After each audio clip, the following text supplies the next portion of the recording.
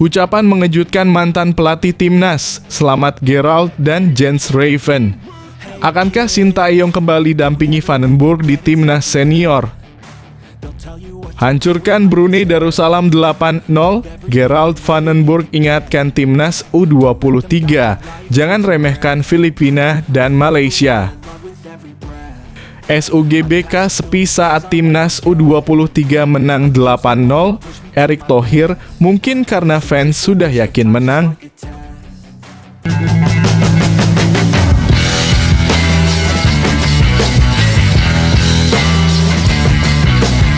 Sebelum kita lanjut ke berita terlengkapnya, alangkah mulianya bagi kalian untuk tekan tombol like dan yang belum subscribe, tolong subscribe channel ini.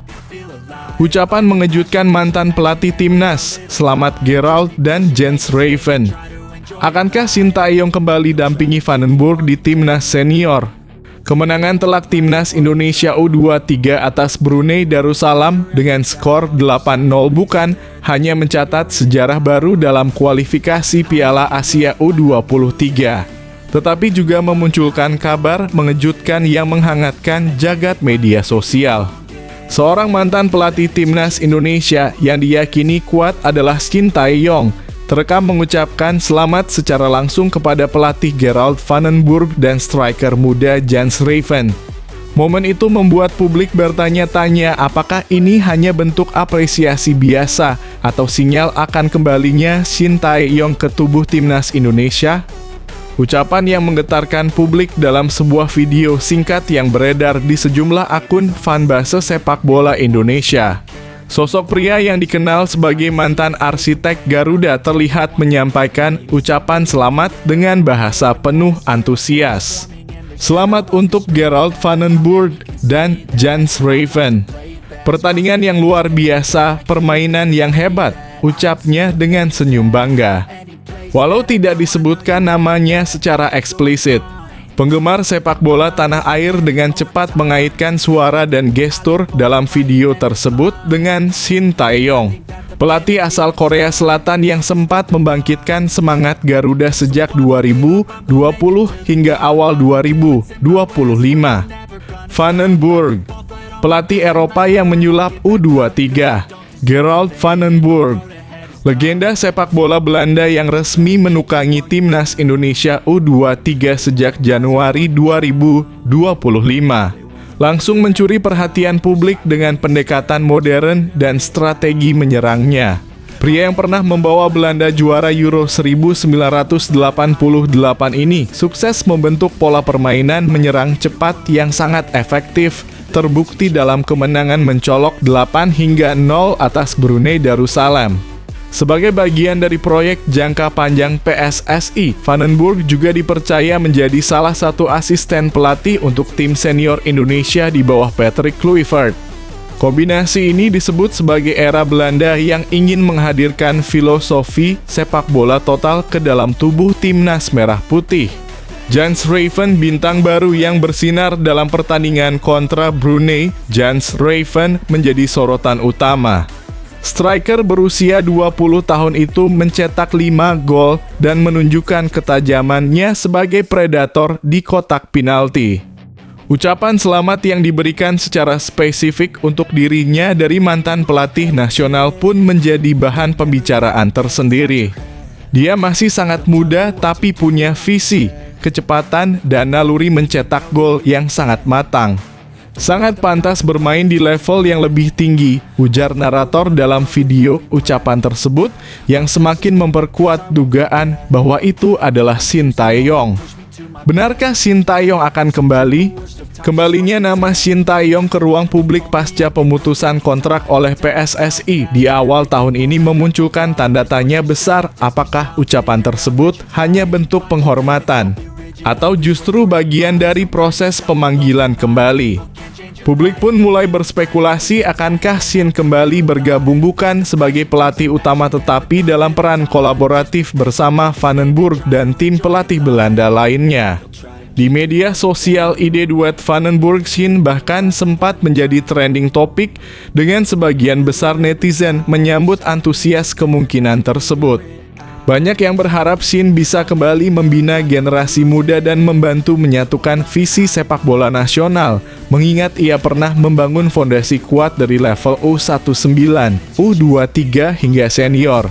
Kombinasi gaya kerja keras dan pendekatan disiplin ala Shin dianggap cocok untuk menyempurnakan filosofi teknikal milik Vandenburg.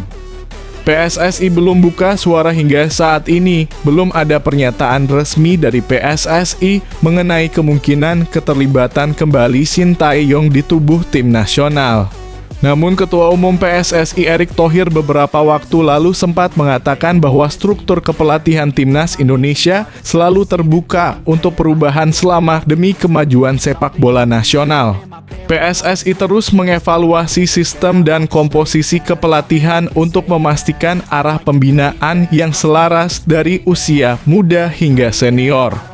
Kami terbuka terhadap kolaborasi selama ada visi yang sama, ujar Erick dalam salah satu konferensi pers awal tahun ini. Kolaborasi atau konflik? Jika benar Shin Tae-yong kembali dalam struktur kepelatihan, maka akan muncul tantangan baru bagaimana menyelaraskan dua gaya kepelatihan yang sangat berbeda. Vandenburg dikenal dengan pendekatan menyerang, penguasaan bola, dan fleksibilitas taktik ala Belanda. Sementara Shin lebih menekankan kedisiplinan, transisi cepat, dan permainan fisik yang kuat. Beberapa analis menilai Shin mungkin akan lebih cocok berperan sebagai direktur teknis atau konsultan, mendampingi pembinaan usia muda, sekaligus menjembatani proses adaptasi pemain muda ke level senior. Model seperti ini sudah umum diterapkan di negara-negara sepak bola maju. Harapan publik dan jalan panjang menuju 2028 publik sepak bola Indonesia saat ini haus akan konsistensi dan arah yang jelas. Kemenangan besar atas Brunei hanya menjadi langkah awal. Target jangka panjang seperti tampil di Olimpiade 2028 dan lolos ke Piala Dunia 2030 membutuhkan tim pelatih yang solid dan terintegrasi. Apakah PSSI berani menyatukan dua pelatih dengan gaya dan sejarah berbeda? Akankah publik melihat duet Vandenburg-Shin sebagai solusi pamungkas demi kejayaan merah putih? Untuk saat ini, semua masih berupa spekulasi. Namun satu hal yang pasti, satu ucapan selamat Gerald dan Jans dari sosok mantan pelatih ini telah membuka kembali pintu harapan publik akan masa depan cerah sepak bola Indonesia. Kini tinggal menunggu waktu apakah pintu itu akan benar-benar terbuka lebar.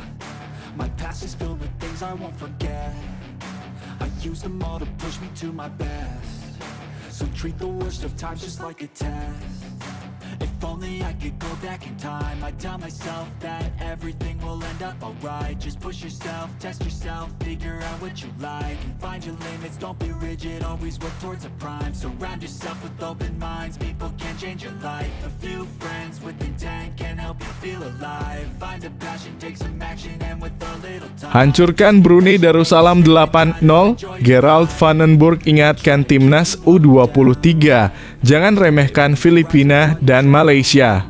Timnas U23 Indonesia tampil menggila di laga perdana Grup A ASEAN Cup U23 2025. Bermain di Stadion Utama Gelora Bung Karno dalam kurung SUGBK, Selasa dalam kurung 15 Juli 2025, pasukan Garuda Muda menggulung Brunei Darussalam dengan skor mencolok 8-0. Jens Raven mencuri perhatian dengan mencetak 5 gol menit kedua, 9, 31, 33, dan 41 melalui penalti. Disusul 2 gol dari Arkan Fikri 20 dan 1 gol dari Raihan Hanan 35.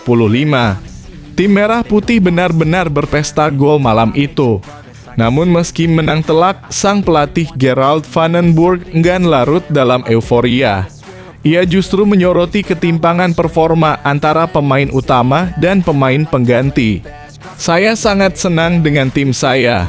Lalu di babak kedua memang tidak bagus, ujar Gerald kepada awak media termasuk bolasport.com di SUGBK Jakarta. Saya pikir di babak kedua juga penting karena mereka dalam kurung Brunei Darussalam bisa mengejar. Namun, saya pikir secara keseluruhan saya senang. Pelatih asal Belanda itu memang mengakui bahwa babak pertama berjalan seperti yang diharapkan. Namun begitu babak kedua dimulai dengan 5 pergantian pemain, kualitas permainan langsung menurun drastis. Babak pertama sangat bagus dan saya pikir itulah permainan yang kita inginkan. Saya pikir jarak dalam kurung babak pertama dan babak kedua sangat besar. Kita akan bekerja untuk itu, lanjut mantan bintang Ajax tersebut. Jarak dalam kurung antara tim babak pertama dan kedua harus mendekat. Dalam kurung starting lineup bekerja dengan baik hari ini, pemain pengganti pun juga sama. Jadi, kami harus berupaya agar tidak jomplang ke depannya. Gerald juga menegaskan bahwa kemenangan besar atas Brunei bukan alasan untuk merasa jumawa. Apalagi dua lawan berikutnya, Filipina dan Malaysia, tak bisa dianggap enteng. Pertama-tama, saya pikir laga antara Filipina melawan Malaysia juga pertandingan yang bagus, jelasnya. Sejujurnya, Malaysia di laga tadi kalah 0-2. Namun, mereka menunjukkan bahwa mereka adalah tim yang bagus. Timnas U23 Indonesia akan kembali berlaga pada Jumat dalam kurung 18 Juli 2025 melawan Filipina, disusul duel panas melawan rival abadi Malaysia pada Senin dalam kurung 21 Juli 2025, keduanya tetap di SUGBK. Gerald tak ingin anak asuhnya lengah. Ia meminta fokus penuh dan persiapan maksimal untuk menghadapi 2 pertandingan sisa. Jadi kita patut mempersiapkan diri untuk laga melawan Filipina dan Malaysia, laga demi laga, untuk mendapatkan poin dan menang, tegasnya. Namun, itu tidak mudah. Tapi, kita akan mencobanya. Bagaimana menurutmu, apakah kekhawatiran Vandenberg soal ketimpangan performa patut jadi alarm? Dan mampukah timnas U23 menjaga konsistensi hingga jadi juara? Yuk, tulis pendapatmu di kolom komentar.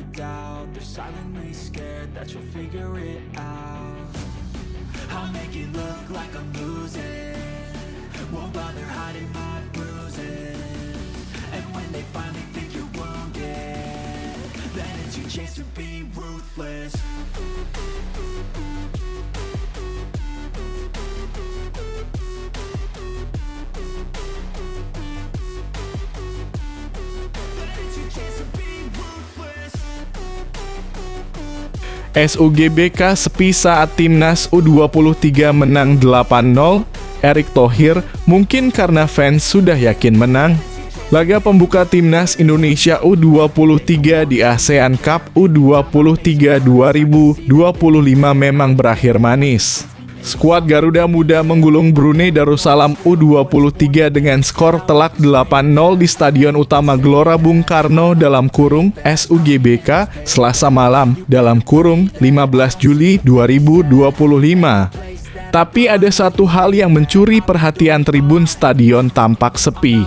Menanggapi hal itu, Ketua Umum PSSI Erick Thohir pun buka suara. Ia memahami mengapa laga tersebut tidak dibanjiri penonton seperti biasanya.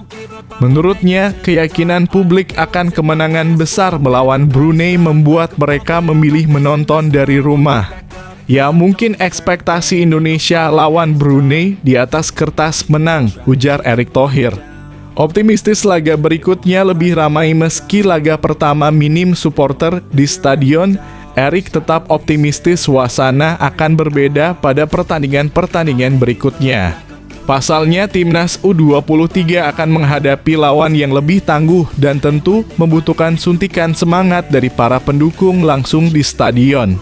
Dalam waktu dekat, Indonesia akan menghadapi Filipina U23 pada Jumat dalam kurung 18 Juli 2025 pukul 20.00 waktu Indonesia Barat, masih di SUGBK. Dan tentu saja laga panas kontra Malaysia U23 akan berlangsung pada Senin dalam kurung 21 Juli 2025 di tempat dan jam yang sama. Ya, mungkin ekspektasinya mulai meningkat.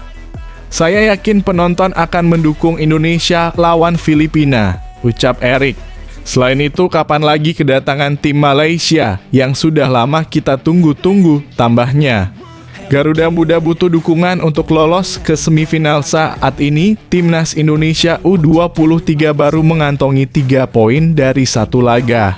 Untuk mengamankan tiket ke semifinal ASEAN Cup U23 2025, mereka perlu menambah minimal 4 poin dari 2 laga tersisa. Jika bisa mencapai total 7 poin, posisi Indonesia akan sangat kuat baik sebagai juara grup maupun runner-up terbaik. Maka dari itu, partisipasi supporter di stadion bisa jadi faktor penting yang membantu tim tampil lebih menggigit di lapangan. Menurut kamu, apakah benar sepinya stadion kemarin karena fans terlalu yakin menang besar? Dan akankah atmosfer SUGBK kembali bergemuruh saat menghadapi Filipina dan Malaysia nanti? Yuk, tulis opinimu di kolom komentar. They wanna rise up while you drown. They wanna fill your head with doubt. They're silently scared that you'll figure it out. I'll make it look like I'm losing. Won't bother hiding my bruises. And when they finally think you're wounded, then it's your chance to be ruthless.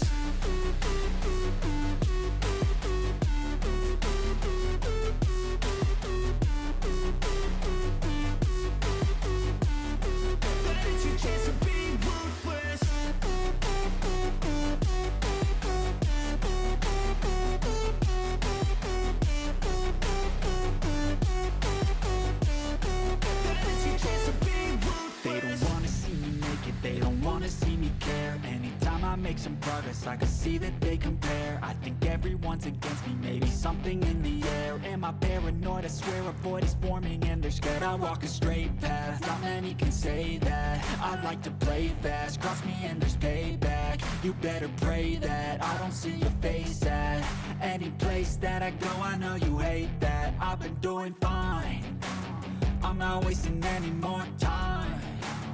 I live for the fight and the climb, and I think that the pain that's deep inside is what defines.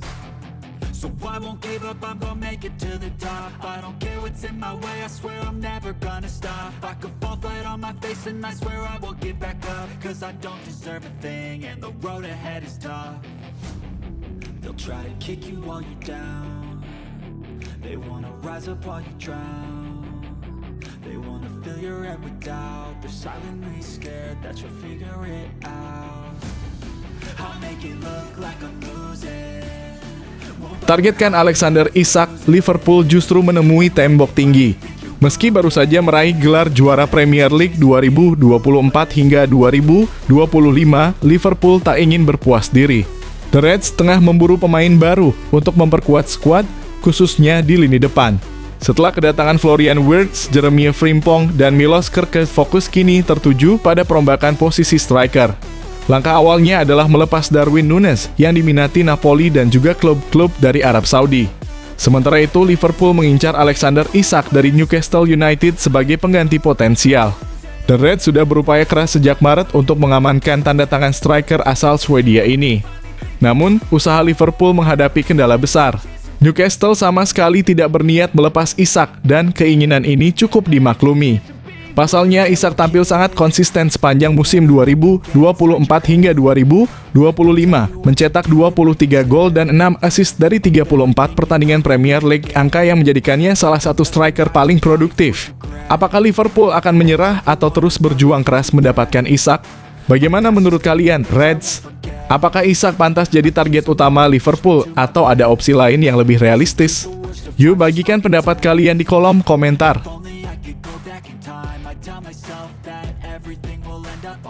Just push yourself, test yourself, figure out what you like and find your limits, don't be rigid, always work towards a prime. Surround yourself with open minds, people can change your life. A few friends with intent can help you feel alive. Find a passion, take some action, and with a little time, just be patient, make a statement, try to enjoy your life. They'll try to kick you while you're down. They wanna rise up while you drown. They wanna fill your head with doubt. They're silently scared that you'll figure it out. I'll make it look like I'm losing. Won't bother hiding my bruises. losing. And when they finally think you're wounded, then it's your chance to be ruthless.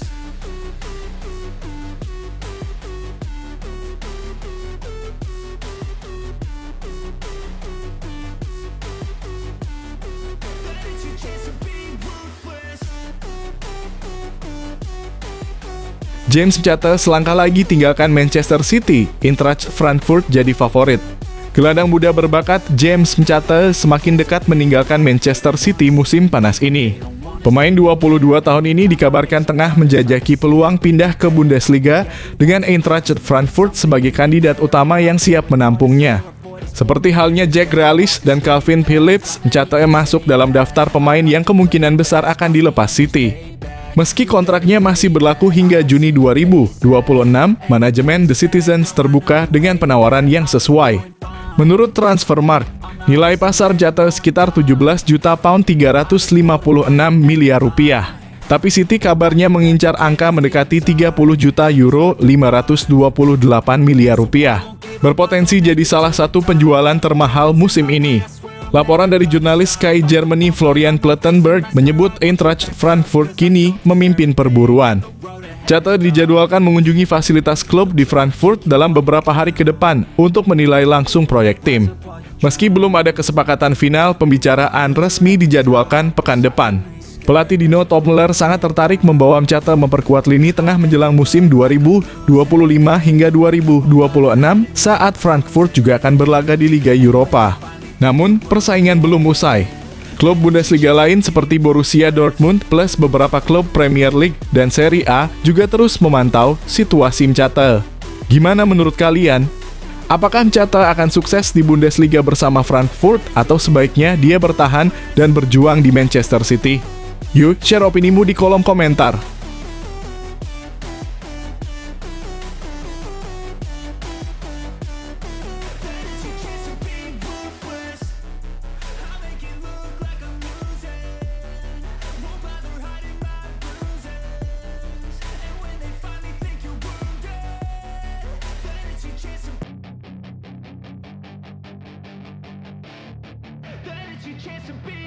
Hey kid, don't ever let them get inside your head. They'll tell you what to do in life instead of everything you know that you could get. Don't let them guide your life towards regret. I'll fight for what I love with every breath. My past is filled with things I won't forget. I use them all to push me to my best. So treat the worst of times just like a test. If only I could go back in time, I'd tell myself that everything will end up alright. Just push yourself, test yourself, figure out what you like, and find your limits, don't be rigid, always work towards a prime. Surround yourself with open minds, people can change your life. A few friends with intent can help you feel alive. Find a passion, take some action, and with a little time, just be patient, make a statement, try to enjoy your life. They'll try to kick you while you're down. They wanna rise up while you drown. They wanna fill your head with doubt. They're silently scared that you'll figure it out. I'll make it look like I'm losing. Won't bother hiding my bruises. And when they finally think you're wounded. Trofi Piala Dunia antar klub Chelsea cuma replika. Trump yang asli di kantor Oval. Chelsea baru saja meraih kejayaan di Piala Dunia antar klub 2025 usai menggasak Paris Saint-Germain 3-0 di final. 2 gol Cole Palmer dan 1 dari Joao Pedro memastikan The Blues menjadi juara edisi perdana turnamen dengan format baru tersebut. Namun ada fakta unik yang bikin heboh, trofi yang diterima Chelsea ternyata hanya replika.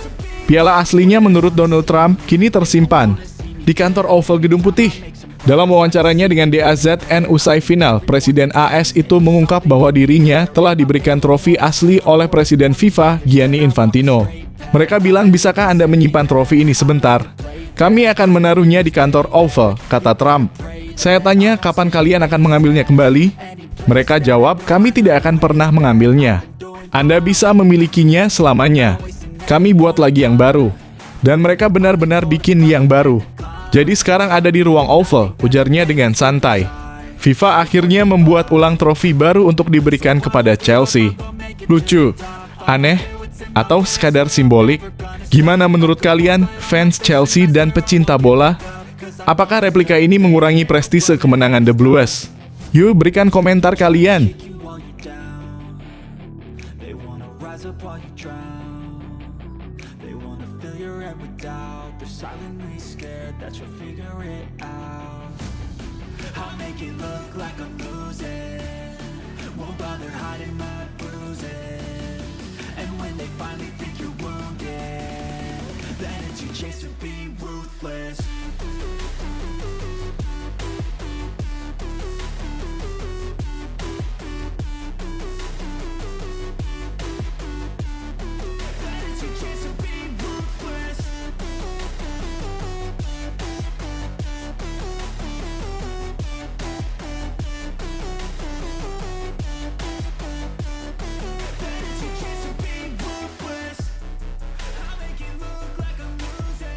Kemenangan penuh air mata, Liverpool dedikasikan laga pramusim untuk Diogo Jota. The Dallas Stadium Sabtu (13 Juli 2025), Liverpool membuka pramusim dengan kemenangan 3-1 atas Preston dalam laga yang bukan sekadar pertandingan, tapi juga momen haru penuh penghormatan untuk Diogo Jota. Ini adalah laga pertama sejak Jota dan saudaranya meninggal dalam insiden tragis di Portugal, dan seluruh tim serta supporter memberikan penghormatan luar biasa bagi sang penyerang. Laga dibuka dengan suasana mengharukan. Momen hening pita hitam di lengan para pemain dan yel-yel emosional dari fans The Reds di menit ke-20 menggema di stadion semua untuk mengenang Jota. Di lapangan, Liverpool tetap tampil solid. Conor Bradley membuka skor di menit ke-33, memanfaatkan umpan apik dari Chiesa dan Ngumoha. Darwinus menggandakan keunggulan di menit ke-53. Mencetak gol dari kesalahan lini belakang Preston dan langsung merayakannya dengan selebrasi khas Jota. Sebuah gestur penuh makna yang menyentuh hati siapapun yang melihatnya. Preston sempat membalas lewat sundulan Liam Lindsay, namun Cody Gakpo memastikan kemenangan The Reds di menit ke-88. Ia pun memilih selebrasi yang sama ala Diogo Jota. Kemenangan ini bukan soal skor semata tapi tentang cinta, kehilangan, dan penghormatan bagi sosok yang sangat dicintai oleh rekan satu tim dan seluruh keluarga besar Liverpool. Bagaimana perasaan kalian melihat laga emosional ini, Reds? Apa momen paling menyentuh menurutmu? Yuk bagikan pendapatmu di kolom komentar.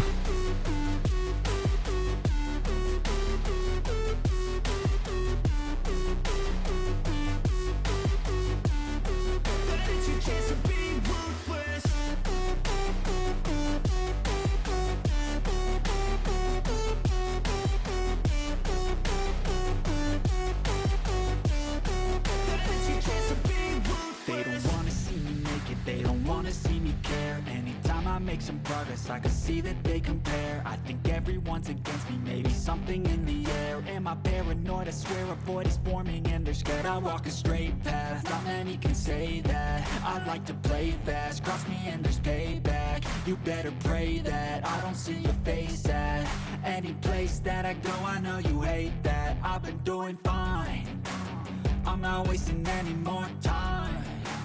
I live for the fight and the climb, and I think that the pain that's deep inside is what defines. So I won't give up, I'm gonna make it to the top. I don't care what's in my way, I swear I'm never gonna stop. I could fall flat on my face and I swear I will get back up, cause I don't deserve a thing and the road ahead is tough. They'll try to kick you while you're down, they wanna rise up while you drown. Guardiola coba selamatkan karier Marc-Andre ter Stegen. Pep Guardiola dikabarkan tengah mencoba menyelamatkan karier Marc-Andre ter Stegen yang sedang berada di ujung tanduk bersama Barcelona. Sang pelatih Manchester City itu mengincar sang kapten Blaugrana sebagai rekrutan potensial untuk memperkuat lini belakang The Citizens musim depan. Setelah hampir satu dekade menjadi andalan di bawah mistar gawang, posisi ter Stegen mulai terancam. Barcelona baru saja merekrut Joan Garcia, sebuah sinyal kuat bahwa klub tengah bersiap melakukan regenerasi di sektor penjaga gawang. Tak hanya itu, mereka juga memperpanjang kontrak Wojciech Szczesny yang direkrut pada pertengahan musim lalu ketika ter Stegen mengalami cedera serius. Pelatih anyar Barcelona, Hansi Flick, disebut akan menjadikan Garcia sebagai kiper utama musim depan. Sementara Szczesny yang sempat menyatakan pensiun diperkirakan akan menjadi pelapis. Kondisi ini jelas menempatkan ter Stegen dalam posisi sulit. Pep Guardiola juga mencoba menyelamatkan karier Marc-Andre ter Stegen yang sedang berada di ujung tanduk bersama Barcelona. Sang pelatih Manchester City itu mengincar sang kapten Blaugrana sebagai rekrutan potensial untuk memperkuat lini belakang The Citizens musim depan. Setelah hampir satu dekade menjadi andalan di bawah mistar gawang, posisi ter Stegen mulai terancam. Barcelona baru saja merekrut Joan Garcia, sebuah sinyal kuat bahwa klub tengah bersiap melakukan regenerasi di sektor penjaga gawang. Tak hanya itu, mereka juga memperpanjang kontrak Wojciech Szczesny yang disebut akan menjadikan Garcia sebagai kiper utama musim depan. Meski masih berjuang mempertahankan tempatnya, laporan menyebut Barcelona kini aktif menawarkan sang kiper ke klub-klub besar Eropa. Menariknya, Pep Guardiola yang sangat mengenal atmosfer Barcelona melihat potensi besar dalam diri Ter Stegen. Ia menilai kemampuan distribusi bola sang kiper terutama dengan kaki masih sangat cocok dengan filosofi permainan Manchester City. Bagaimana menurut kamu? Apakah Ter Stegen bisa jadi suksesor ideal Ederson di bawah asuhan Pep? Atau sebaiknya tetap bertahan dan berjuang di Barcelona? Yuk diskusikan di kolom komentar. I tell myself that everything will end up alright. Just push yourself, test yourself, figure out what you like, and find your limits, don't be rigid, always work towards a prime. Surround yourself with open minds, people can change your life. A few friends with intent can help you feel alive. Find a passion, take some action, and with a little time, just be patient, make a statement, try to enjoy your life. They'll try to kick you while you're down. They wanna rise up while you drown. They wanna fill your head with doubt. They're silently scared that you'll figure it out. I'll make it look like I'm losing. Won't bother hiding my bruises. And when they finally think you're wounded, then it's your chance to be ruthless.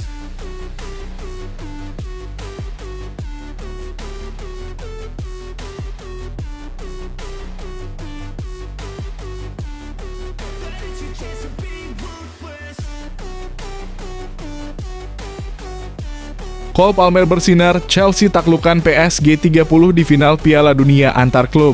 Cole Palmer menjadi bintang utama saat Chelsea menaklukkan PSG 30 di final Piala Dunia antar klub edisi perdana dengan format baru FIFA.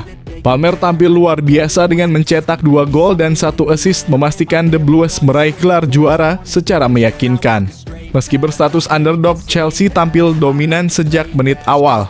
Gol pembuka lahir dari kombinasi apik Palmer dengan Malo Gusto, lalu disusul gol keduanya lewat penyelesaian cerdas di kotak penalti. Jelang turun minum, Palmer kembali unjuk kualitas dengan mengirimkan assist matang untuk Joao Pedro yang menambah keunggulan jadi 3-0. PSG mencoba mengejar di babak kedua melalui Ousmane Dembélé dan Vitinha, namun kiper Robert Sanchez tampil sigap dengan sejumlah penyelamatan penting. Masuknya Liam Delap juga sempat membuat lini belakang PSG ketar-ketir. Laga sempat memanas di akhir pertandingan setelah Joao Neves di kartu merah karena menarik rambut Marc Cucurella. Meski begitu, kemenangan ini menegaskan kekompakan Chelsea dengan Palmer, Sanchez, dan Joao Pedro menjadi trio paling menonjol di lapangan. Performa Palmer layak diacungi jempol. Bagaimana menurut kamu, apakah ia sudah jadi pemain kunci masa depan Chelsea? Yuk, tulis opinimu di kolom komentar.